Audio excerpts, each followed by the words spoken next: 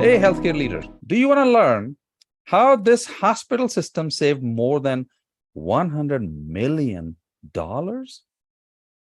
And forget about alienating. They did this while improving physician engagement.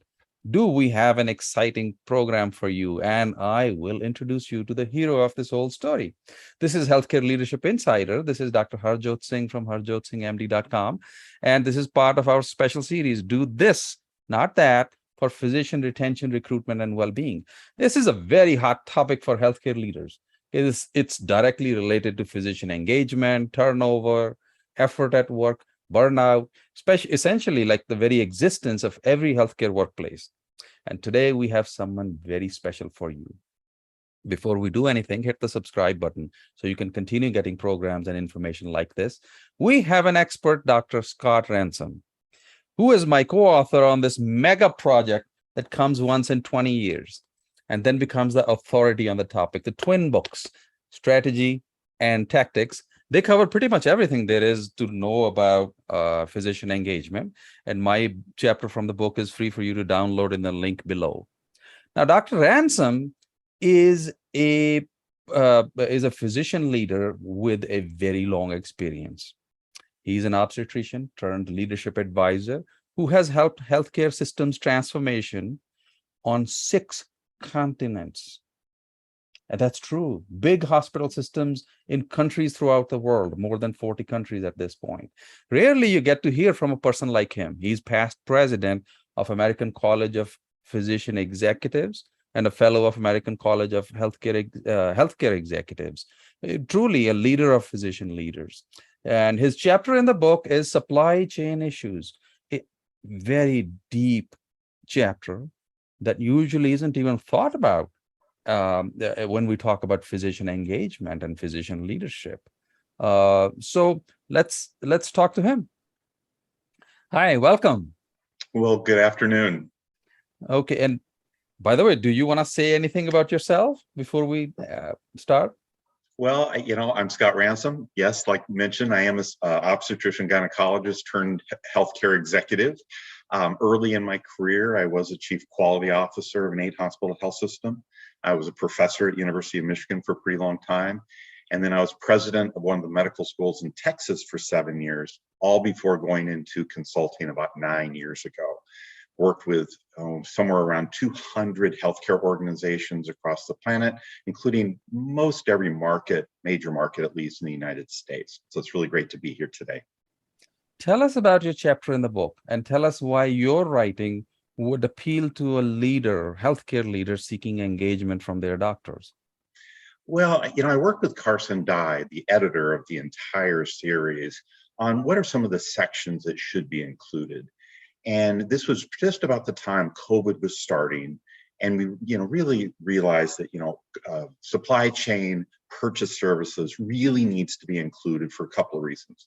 One is to try to figure out how to improve quality. The second is, reducing cost. That all happened before COVID. But the third thing was actually accessing the right supplies. This was in the era when gloves were in short supply and that sort of thing. So there was a lot of good reasons, I think, that this chapter was included in this very big manuscript of different topics for healthcare executives. So tell us, I am excited to hear that story, how you helped save the system, $100 million in supply chains in less than 2 years. Yeah. So this was a very, very large health system. And we had talked to them and did a preliminary analysis, and we showed more than $100 million. This is almost $280 million of opportunity. Wow, $289 million. Yeah, that was what we identified as possible. Okay. And the client, frankly, didn't quite know what to do with that information. And we agreed to work with them to kind of start plugging along at identifying both savings as well as cost opportunity. So these were all in the areas of clinical preference items, physician preference items, everything from the classic knees and hips and cardiac implants to other things, labor and delivery packs and other things. So we really went off in the first year, identified where's the low-hanging fruit, what are the areas that we really can attack, because identifying a lot of money is one thing, getting the realization is definitely another. So that's really how we started. So I'll stop right there. Well, but here's the thing. Usually, whenever a high price item like this, anybody even tries to touch it, there are lots of barriers on how to cut costs there. What are typically the problems that a leader is going to hit when they're going to try to approach, let's say, an orthopedic surgeon or a cardiologist about this? Yeah, there's an awful lot of things to engage those physicians. First is identifying the opportunity. Is there a quality opportunity? My experience as physicians, you should always start with quality. Is this going to improve the patient's condition? As we all know, most doctors are doing what they were trained in residency.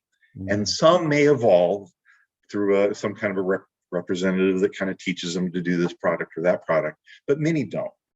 So they want to do the right thing, but they often don't know how to do the right thing. So we identified what are the opportunities. This required a lot of analysis, trying to identify what is the most cost-effective kind of opportunities by product for various types of patient population. One hip does not fit all patients. So we have to figure out what number of hips are required to really optimize that patient engagement. So first is analytics, really getting to the evidence. What is the most cost effective? Second is really identifying what are the areas of the best opportunity? What are those areas that we can actually meaningfully improve quality while maintaining or reducing cost? Doctors love that. Of course, they want to do the right thing. So we really worked on that. And that wasn't all of the opportunity, but it was definitely a significant portion of the opportunity. And then third, once we identified that and kind of worked with doctors, is what are those areas that at least don't hurt quality, but can reduce cost. Okay? So we all know that changing physician behavior, changing physician preferences is hard. So then we went off to attack, okay? We worked with individual hospital leaders. This large health system had multiple hospitals. We worked with chief medical officer and by department, the chair, as well as whoever that kind of thought leader was. That wasn't necessarily a leadership position, but we always know there's that guy that's been in the trenches for a long time that a lot of people respect. We really wanted to make sure we had the senior, both formal and informal leaders on board with what we wanted to do. That often changed what we actually did do, because not all of them agreed, of course, which is reasonable. We weren't necessarily super experts in every one of these areas, but they were. But in all cases, through really the analysis, the literature, working with them closely, this was not a one meeting kind of time frame, we came up with what we believed was best practice. So that was the next step. And then the next step was engaging the broader physician population. That's where we did have one-on-one meetings where possible, and also group meetings with whole departments. As we all know, many doctors don't show up to group meetings for department meetings and that sort of thing. So we had to go where they were at the time frame that they were available and really get things going. And then lastly, I'll mention this.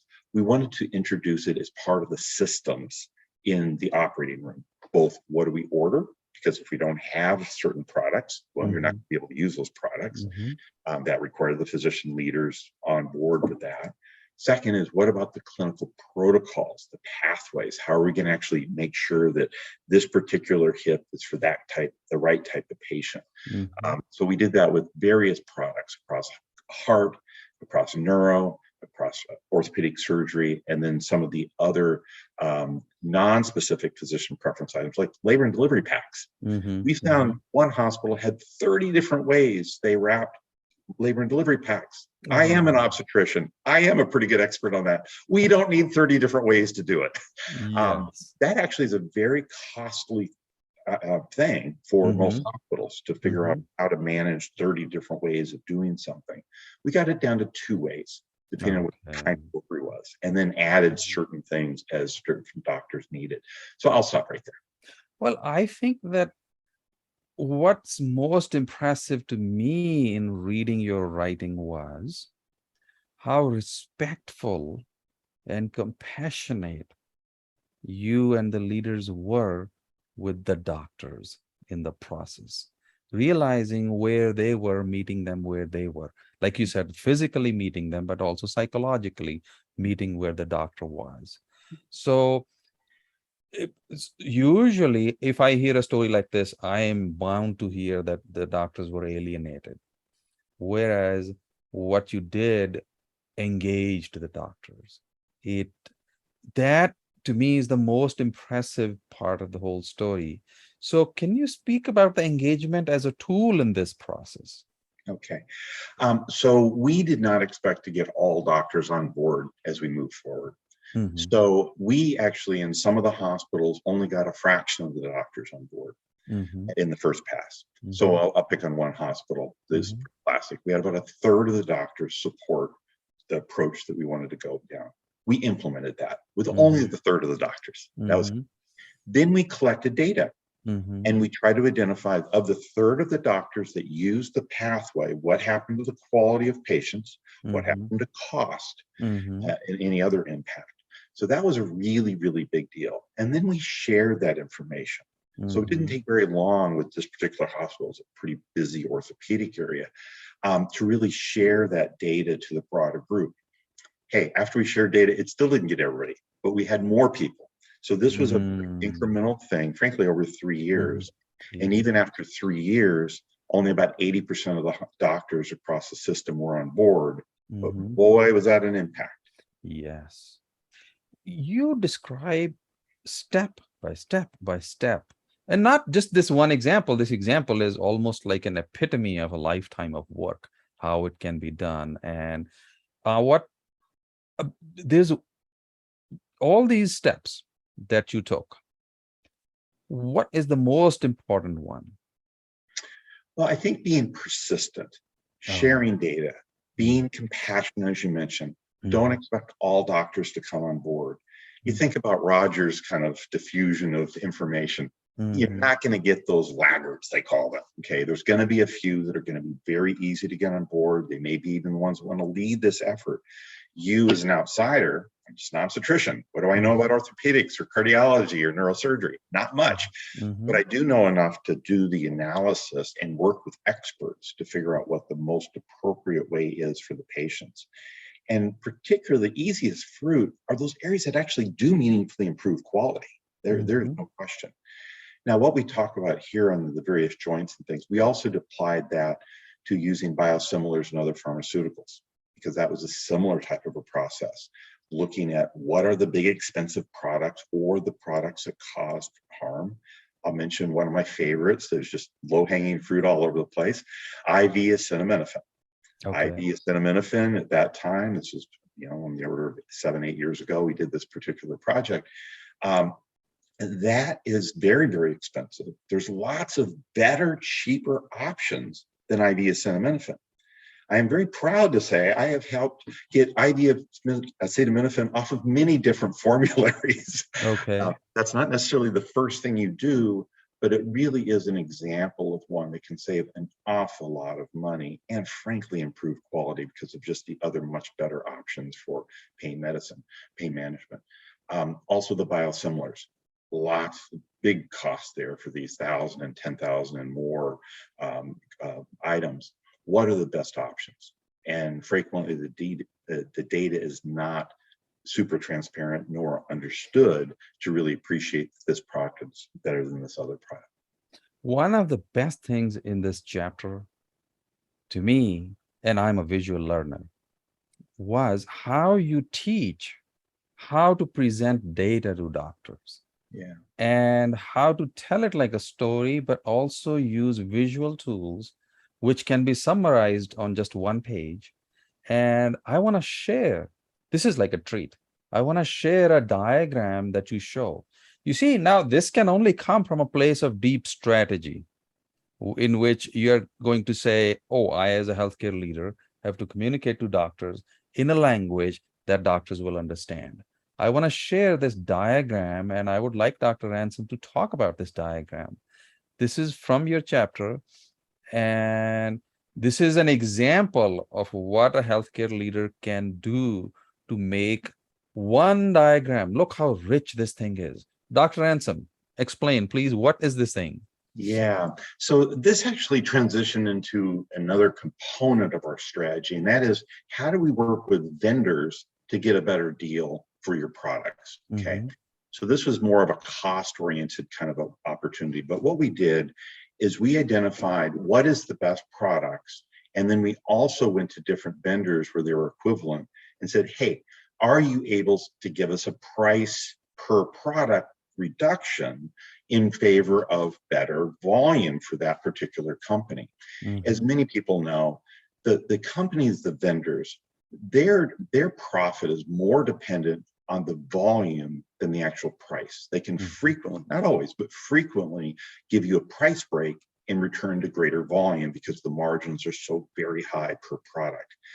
What we ended up doing here is we really narrowed down the various vendor opportunities that we would even carry on that particular formulary, the inventory. And this allowed us to be able to negotiate with vendors to get a better price deal, number one. That also, we obviously were picking the better, lower cost or same Mhm. cost kind of items.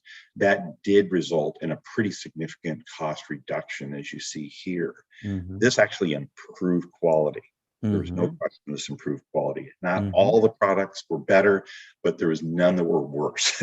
So Yes. that was a really important component of what we did here.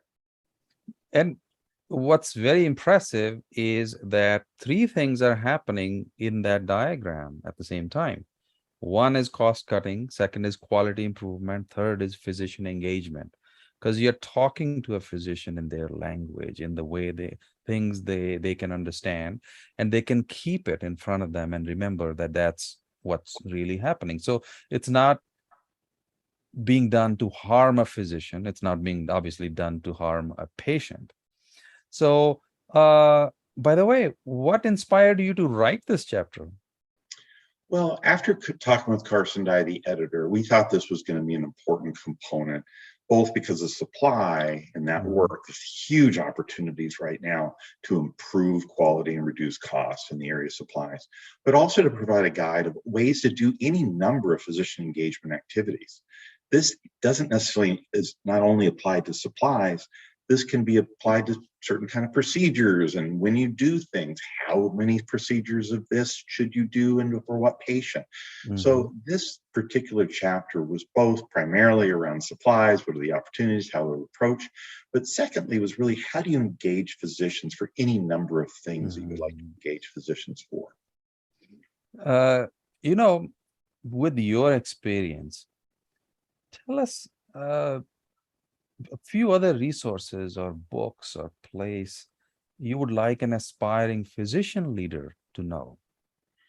So, I think this particular book that was shared a bit ago is excellent. It is intended to be comprehensive on a number of different topics for physicians to really engage their physicians and nurse practitioners and physician assistants. The same tools really can engage nurses, which are often very, very important for other clinical preference items that aren't necessarily doctor driven, okay, which is an awful lot. So I think that's an excellent resource. Second, there's older works. I mean, I wrote a book on enhancing physician performance in 2001. We've gotten to be a lot more advanced now over the last 20 years, of course, but there's a lot of other older products there. Third is there's a lot of information out there in the non-physician press on how do you change behavior on any number of things, not just specific Mm. physicians. Looking Mhm. even just the graph of Rogers' diffusion of information.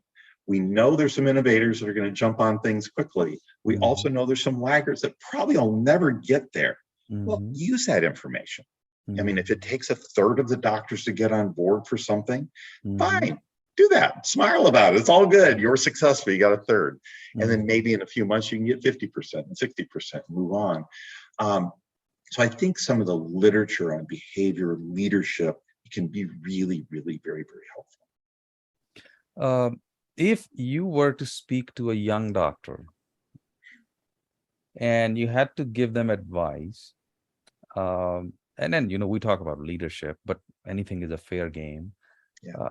What would you say? How can they be a better doctor or a better leader or a better human? What would you say? Wow. That's a great question. I mean, the first I really, I talk to new docs all the time, even people in high school that think they want to be a doctor. Mhm.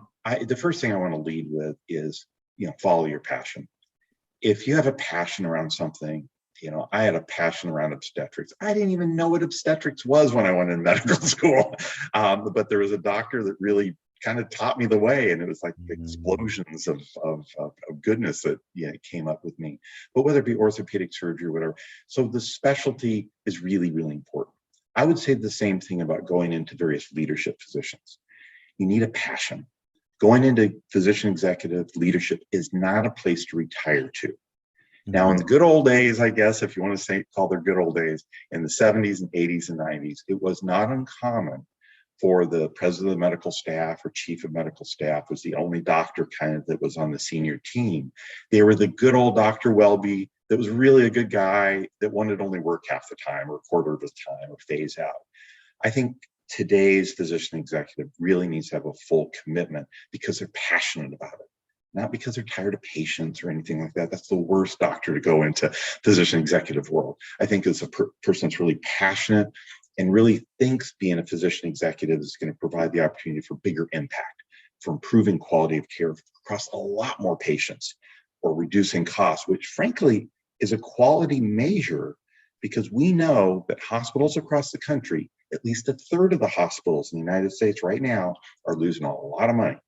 And when you're losing a lot of money, you can't survive that long. The sustainability challenge. Well, if you can't be there, that's a quality problem for many, many Yes. communities. So helping both on the classic clinical quality or patient satisfaction together with what I think is a quality metric of cost is a really big deal and can have enormous impact. But I would only do it if you have passion around it.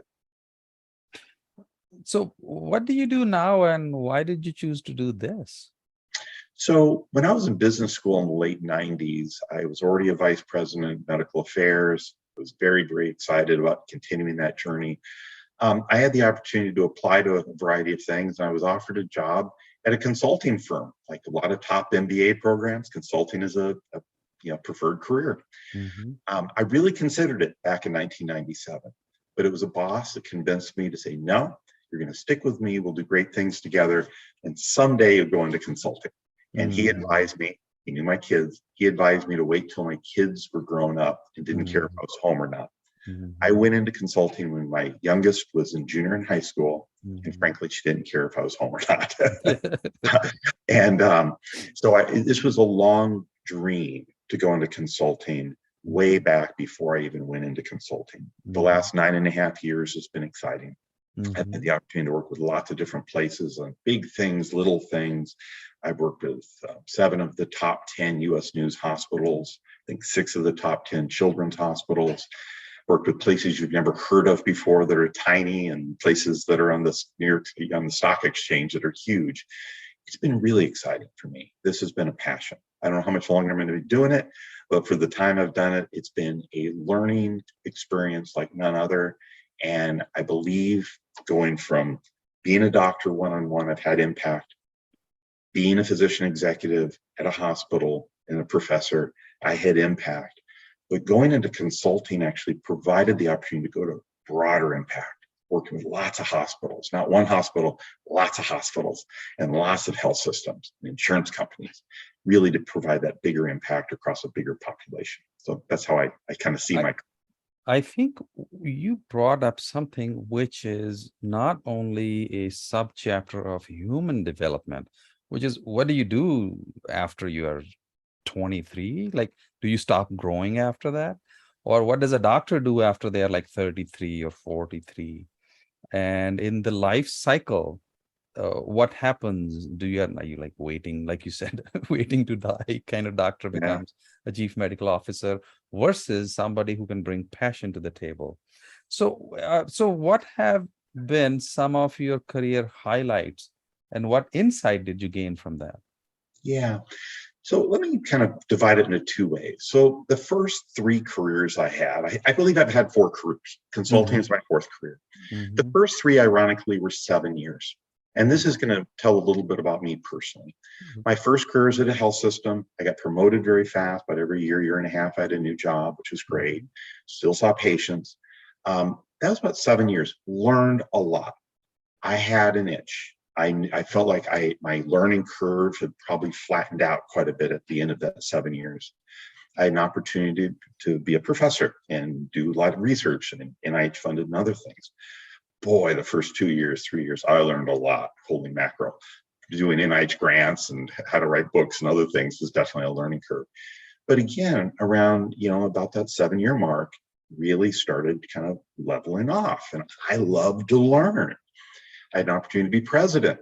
Wow. First 3 years was terrifying and exciting at the same time. I learned more. I had a great team. I developed a great team. And then we really led a lot of big turnaround, frankly. And that again was a learning curve. Around the year 6 or 7 is when it started flattening out. Now in consulting, I think the learning curve is a lot longer than that because you do so many different things, but especially the first 3 years of consulting. How do you consult? What's the process of consulting? How do you advise somebody to do something versus you do it yourself? That's a learning curve.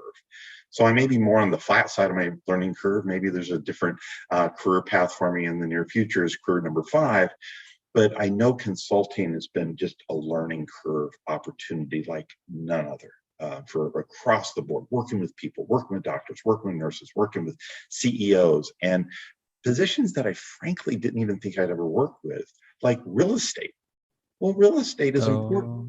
Oh, I see. Parking. Who would have thought parking's important? Well, just about every patient thinks parking's important. Well, those are things that aren't necessarily doctor related directly, but boy, the patients care a lot about those things. Well, there you go. Dr. Ransom, you have a 7-year itch and you scratch it. But now what gives you the courage to scratch it? Because many a times what a doctor would find is that, oh, I'm very comfortable. Is this going to be too risky? Will I end up, being destitute trying to do this? What will happen to my family or my household? What gives you the courage to say, okay, now I want to do this or I need to do this? I try to follow my passion. And the second part, which is really important, I think, for every doctor, is networking. You can network in a lot of different ways. Each of my 4 careers has had a different process to get there. My first one was right out of residency. I knew some folks. I got the job at the place. I kind of knew some folks, which was very exciting. They were looking to grow. When I went back to be a professor, frankly, one of the people, the chair of the department that I was, in OBGYN, wrote a chapter of one of my books. I had edited a very large textbook in OBGYN. We didn't know each other really well, but we knew each other. And he knew what I was doing, and he was very motivated. They came to me about the opportunity to kind of lead an institute and really develop. Third, again, through networking, and this was a one-away, a recruiter called me about being president of, frankly, an institution I'd never even heard of before.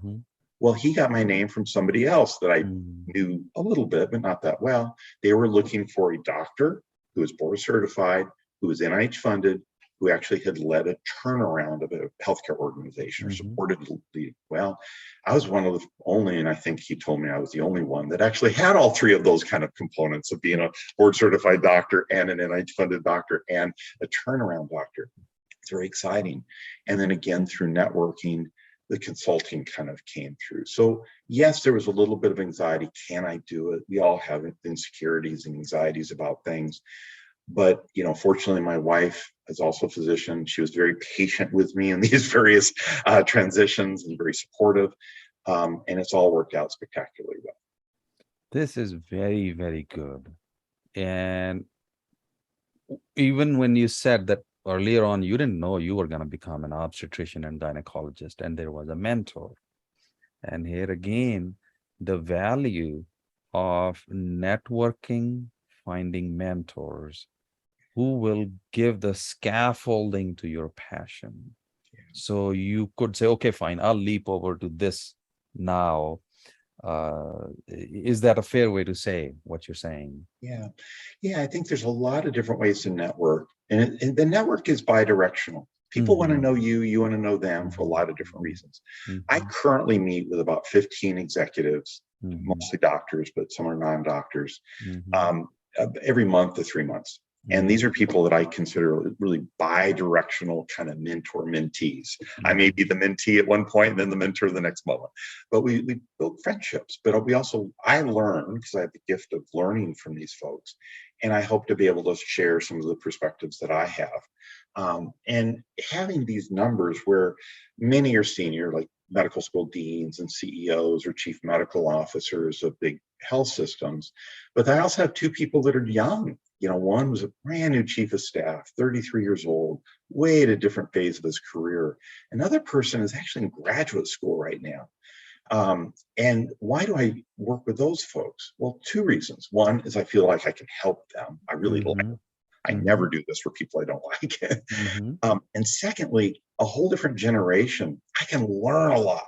And in fact, I learn more from the two younger folks than the more senior folks, because I've been with those guys. I've actually been in their shoes a lot. Not that there's a lot of nuances on how to do things, don't get me wrong. But the person in graduate school, he's a digital native. I'm very digitally savvy for a doctor, but I am not a digital native. He teaches me every time. I am certain I learn a lot more from him than he learns from me, no question. So it's a privilege, and he's going to do great things in his career. But it's a privilege to learn from these folks and to hopefully share some views that might help them as well. No, I am a big fan of networking.